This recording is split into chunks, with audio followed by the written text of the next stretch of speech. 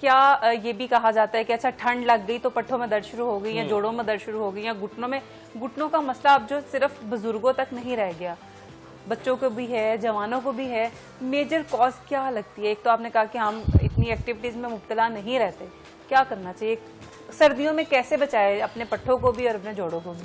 اگر ہم young age میں گھٹنوں کا خاص طور پہ مسئلہ لے کے چلیں تو کمپیوٹر کا بہت زیادہ استعمال, پرولونگ سٹنگ ہمارے گھٹنوں کے مسائل کی سب سے بڑی ریزن بن رہا ہے. اس کے اندر کیا ہے, ینگ ایج میں ہمارے 12 سے 14 گھنٹے ہیں جس میں لوگ بیٹھ کے کام کرتے ہیں اور ایکسرسائزز ان کی زیرو ہیں, جس وجہ سے ان کو نی پین یا جوائنٹ پین آتی ہیں. اب اگر ہم پٹھوں کے کھچاؤ کی بات کریں جس کو کہتے ہیں سردی لگ جانا, اب ہوتا کیا ہے, ہماری باڈی میں بلڈ کی سرکولیشن نارمل ہے, آپ کو سویٹنگ ہوئی ہوئی, آپ نے ایکسرسائز کی ہے, ایک دم آپ ہوا میں چلے گئے ہیں باہر, تو آپ کی باڈی سٹف ہوگی, اسی ٹائم آپ کے مسلس میں کھچاؤ آئے گا. ایک دوسری بہت بڑی ریزن ہے جسے ہم سمجھتے نہیں ہیں, وہ ہے سٹریس.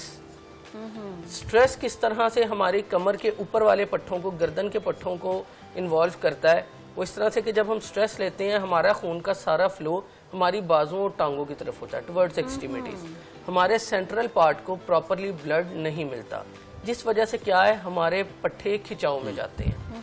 پٹھے جب ہمارے کھچاؤ میں جاتے ہیں تو اس کے بعد نیک پین, ہماری گردن کی درد کے ساتھ گردن کے اوپر والے پٹھے جو ہیں, اپر ٹریپ جنہیں کہتے ہیں, ان کی درد, کمر کے درمیان والے حصے میں لوگ کہتے ہیں ہماری کمر سے درد آگے کی طرف آ رہی ہے. تو یہ سب چیزیں اگر آپ ایکسرسائزز بھی کرتے ہیں تو آپ کو یہ پین ہے, تو اس کا مطلب ہے کہ کہیں نہ کہیں آپ کی روٹین میں سٹریس کی انوالومنٹ ہے.